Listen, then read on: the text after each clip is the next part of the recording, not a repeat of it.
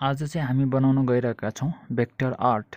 त्यही पनि एन्ड्रोइड मोबाइलबाट एकदमै सजिलोसँग केही क्लिकहरू गर्ने बित्तिकै तपाईँको चाहिँ भेक्टर आर्ट रेडी हुन्छ। जुन चाहिँ अहिले स्क्रिनमा देखिराख्नु भएको छ, तपाईँले चाहिँ त्यस्तो भेक्टर आर्ट चाहिँ एकदम फ्यु क्लिकमै नै बनाउन सक्नुहुन्छ।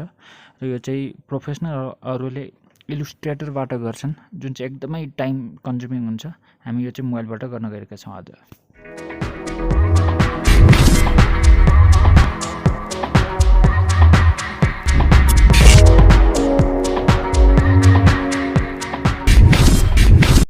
एपको लिङ्क चाहिँ डिस्क्रिप्सनमा छ।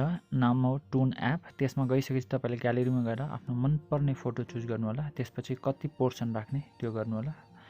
त्यो गरिसकेपछि टिक लगाइदिनु होला। त्यस पछाडि चाहिँ तपाईँको ड्रइङ चाहिँ रेडी हुन्छ। जुन चाहिँ अहिले मैले फास्ट फरवर्ड गरिदिएको छु तपाईँले बोर नहोस् भनेर। यो चाहिँ प्रो भर्जन तपाईँले गर्नु पर्दैन, केही भयो भने चाहिँ ब्याक गर्नु होला। त्यसपछि तपाईँले चाहिँ एउटा एड सो हुन्छ, त्यो एड चाहिँ हेर्नै पर्ने हुन्छ तपाईँले।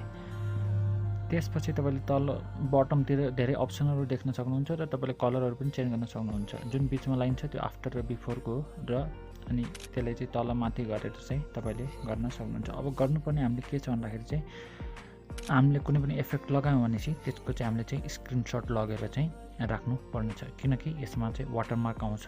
त्यसै कारणले गर्दा हामीले चाहिँ स्क्रिनसट लाग्ने र तपाईँले बटमतिर धेरै इफेक्टहरू देख्न सक्नुहुन्छ, कलरहरू चेन्ज गर्न सक्नुहुन्छ।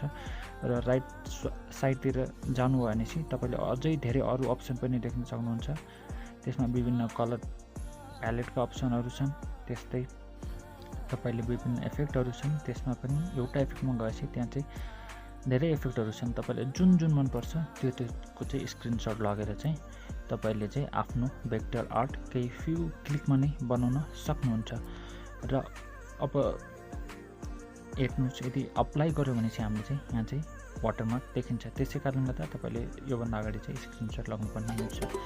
ल, धन्यवाद। आज यस भिडियोको लागि तपाईँलाई अरू कुन कुन भिडियो चाहिन्छ त्यसको लागि चाहिँ मलाई चाहिँ कमेन्ट गर्नु होला। कस्तो टाइपको तपाईँहरूलाई चाहिँ भिडियो चाहिन्छ र तपाईँले रिजल्ट देखिनै सक्नुभयो माथि।